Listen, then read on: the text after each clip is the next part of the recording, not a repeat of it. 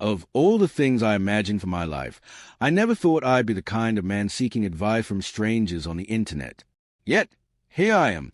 My wife and I have been together for a decade, married for 8 years. We met in college, each other's first and only partners. I used to believe that made our love special, something rare and unbreakable. But now, I see that was only my perspective. Everything began to shift when she started a new job. At first, she struggled to fit in, her reserved nature making it difficult to connect with her coworkers.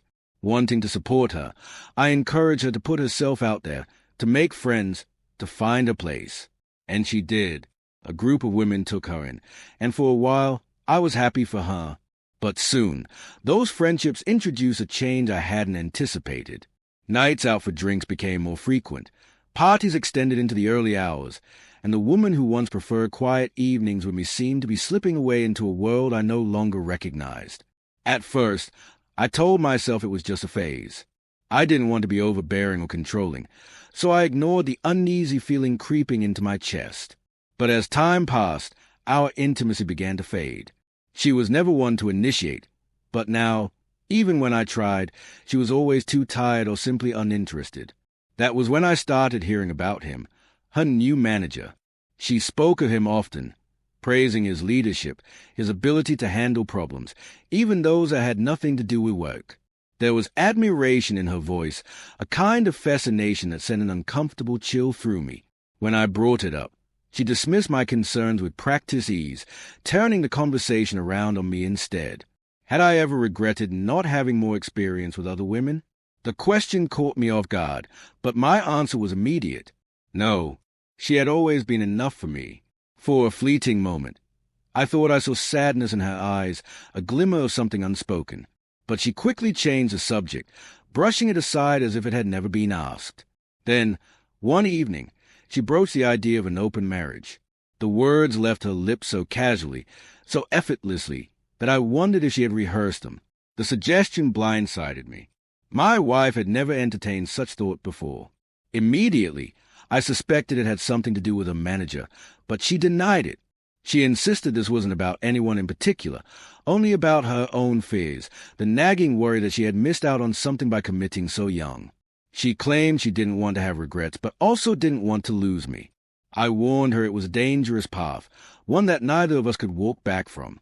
But against my better judgment, I agreed. We set rules. No bringing anyone into our home. No emotional attachments.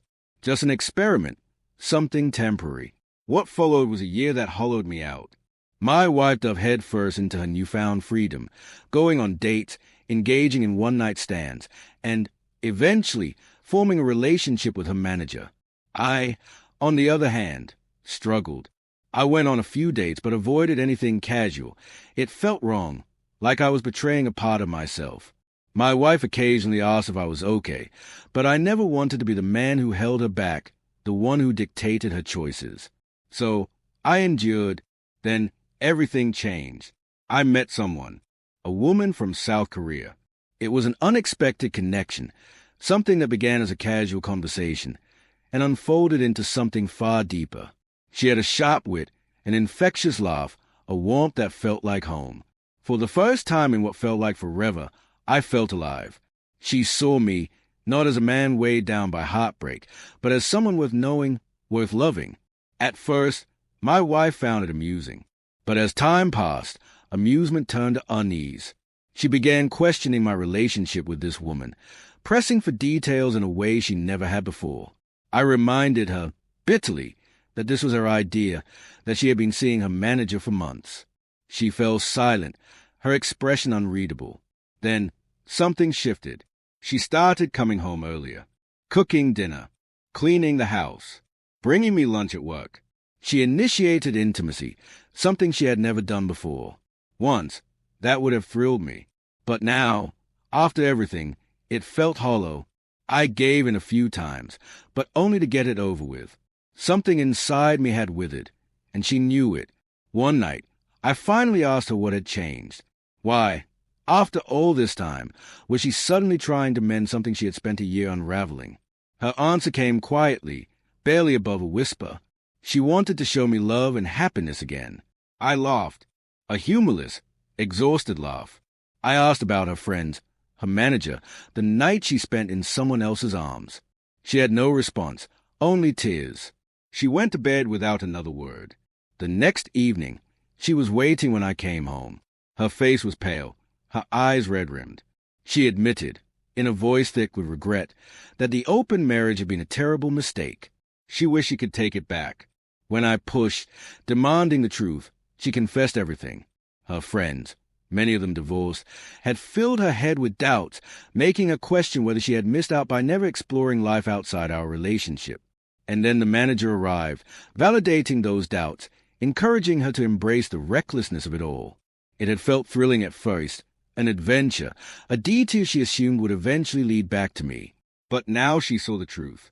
She never needed the comparison. What we had was real, something rare and beautiful, and she had destroyed it. Hearing those words didn't bring me the comfort she hoped for. I told her, honestly, that I might never see her as my wife again. She collapsed into my arms, sobbing, and I held her until exhaustion claimed her. Since then, she has severed ties with her friends, quit her job, and cut all contact with her manager. She spends every moment trying to prove to me that she can be the woman she once was. But the problem is, I'm no longer the man I was, because I haven't cut off contact with my lover.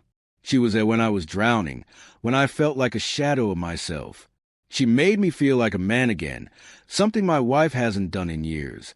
And now, I find myself at an impossible crossroads, caught between the past and the future, between a love that once was and a love that could be. In a few hours, my wife and I will attend our first marriage counseling session. I don't know what will come of it, whether it will lead to healing or only make the fracture more permanent. All I know is that I am standing at the edge of something irreversible, and I have no idea which way to fall.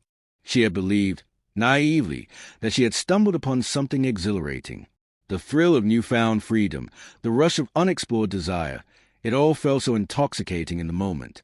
Never once did she pause to consider the weight of her actions, the irreversible shift happening within our marriage, until she began to notice a change in me. At first, she assumed I would simply accept the situation. After all, I had agreed, hadn't I? I had even gone on dates myself. She thought that would be enough to keep the balance. But then, my lover became a constant in my life. I began to smile more, my eyes lighting up at the sound of a message or the chime of an incoming call. And suddenly, something shifted in her. A slow, creeping sensation took root in her stomach, twisting and tightening until it became something she could no longer ignore. Panic attacks replaced a certainty. Desperate for reassurance, she turned to the same friends who had once urged her to embrace this new chapter. They dismissed her concerns without hesitation, telling her it was nothing more than a normal reaction, a temporary sting. But when the very friend who had first suggested the open marriage confided in her, admitting that his own lover had brought him a happiness he had never known, it shattered something inside her. The realization nearly broke her. The idea that another woman, not his wife, could bring a man genuine joy was unbearable. Suddenly, the ground beneath her felt unsteady. Her choices no longer as liberating as they once seemed.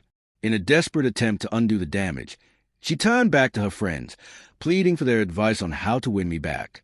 But they were indifferent, uninterested in the wreckage they had helped create. With chilling detachment, they reminded her that she had made this choice.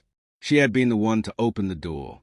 And in that moment, she saw them for what they were, poisonous influences, shadows that had clouded her judgment and whispered doubts into her mind. They had never cared about her marriage, never cared about the life we had built together. They were nothing more than architects of destruction. She resolved to undo the damage. She would win me back, by any means necessary. But I had already begun to slip beyond her reach. I remained guarded, sharing little. But I did confide in the counselor, who made one thing painfully clear. No true resolution could be found while my lover remained in the picture. The counselor suggested another session, gently implying that perhaps, with time, even the deepest wounds could heal. But I wasn't sure I wanted to heal them at all. The truth, once unveiled, had a way of spiraling out of control. I moved into my brother's apartment, securing a low-rent arrangement, and in the quiet of my new space, I began to unravel the full extent of my wife's betrayal. Disturbing truths surfaced, pieces of the puzzle that had once been hidden beneath half-truths and omissions. During our second counseling session, I finally asked a question that had haunted me since the beginning. Had she been absolutely certain that nothing physical had happened before we agreed to open the marriage? The air in the room grew heavy. She avoided my gaze, her fingers twisting anxiously in her lap. Her body tensed as she pleaded with me not to push for an answer, warning that the truth would only destroy what little remained between us. But I pushed anyway. Her breath hitched, and then the tears came, deep, gasping sobs that shook her frame. And finally, the words spilled out. No, they had never crossed a final line, but they had touched themselves in each other's presence, watching, convincing themselves that it wasn't really cheating. Her manager had fed her lies, convincing her that it was merely an appreciation of beauty, an experience to be shared, not condemned. I was stunned into silence. Even the counselor, a seasoned professional who had likely heard countless confessions, seemed momentarily taken aback. My wife collapsed at my feet, gripping my legs as if they were the only thing keeping her from falling into an abyss. She sobbed, her apologies pouring out in broken fragments, desperate and raw. But apologies were not enough. I needed clarity. What had changed? Why did she suddenly see him differently? Her voice trembled as she recounted the moment her world crumbled. She had begun distancing herself from her group, trying to reclaim the life she had nearly lost. And then, one evening, she overheard a conversation between her manager and another male colleague. He laughed, his voice laced with indifference. She was easy, he scoffed. The quiet ones always are. When pressed on whether he had any real feeling for her, he waved it off. It was a distraction, that's all. I'm not leaving my fiancé for a little fun. Poor guy, though. You snooze, you lose. The words shattered her illusions.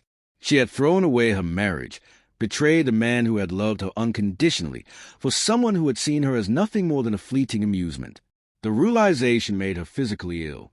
She left work that night, vomiting in the parking lot before calling me in tears, begging for forgiveness. I asked a question that had been looming over us both. Did you love him? She hesitated. Then, with a barely perceptible nod, she whispered, Yes, but I never stopped loving you. She wanted a fresh start, just the two of us, but I told her it wouldn't be fair to my lover. I needed time away. That was when she truly broke, clinging to me as though I might vanish, sobbing, pleading, reaching for something that was already gone. The counselor intervened, suggesting that time apart might be the only way to salvage what remained. I wish I could say that was the end of it, but life is a way of piling on, forcing us to confront the wreckage in ways we never expect. As I packed my things at home, my wife received an unexpected video call on her laptop. A former friend, one of the very women who had encouraged her down this path, was now the one in tears. After my wife had resigned, this friend had begun her own affair with the manager, and now she was facing the consequences. A pregnancy scare had unraveled everything. The moment she told him, he became someone unrecognizable, cold, cruel, and utterly detached. Worse, she had a boyfriend she truly loved, and when he discovered the affair through an email exchange, it shattered their relationship beyond repair. She had lost him forever. Seeking comfort, she reached out to my wife, assuming she had somehow salvaged her own marriage. She was desperate for guidance.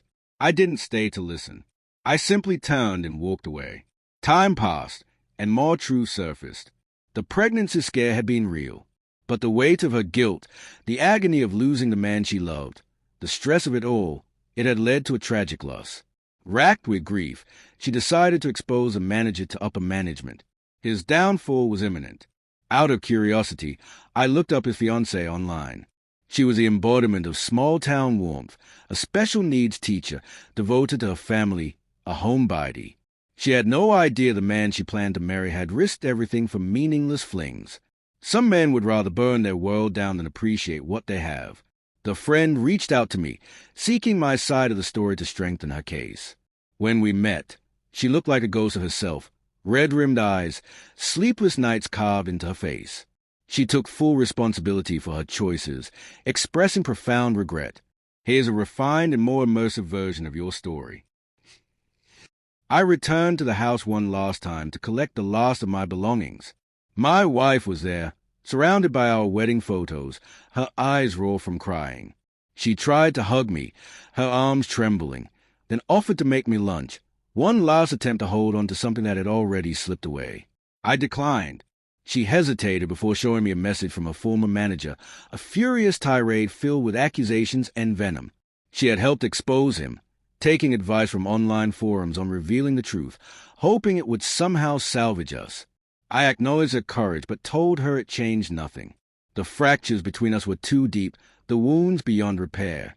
I informed her that I was stopping marriage counseling and would be seeking individual therapy instead. She wept but nodded in understanding. I expected to feel something, anger, sadness, even relief. But there was nothing, just a hollow emptiness. She sensed it too. Every attempt to bridge the gap between us was met with quiet rejection. Eventually, frustration boiled over into a heated argument. When her words finally faltered, I shook my head, my voice calm but resolute. If you still don't understand after everything, then the path forward is clear. For the first time, I truly believed it was. Lauren always waited in the hotel gift shop for Kyle. He followed the same routine, booking a room, slipping an envelope with a key card beneath the payphone, and taking the elevator to the 8th floor. Lauren would retrieve the envelope and follow. Kyle was a former colleague, someone my family had socialized with frequently. My wife and I had attended company events with him and his wife, Beth, for years. A few months ago, Bradley and Terry saw Kyle at a job fair.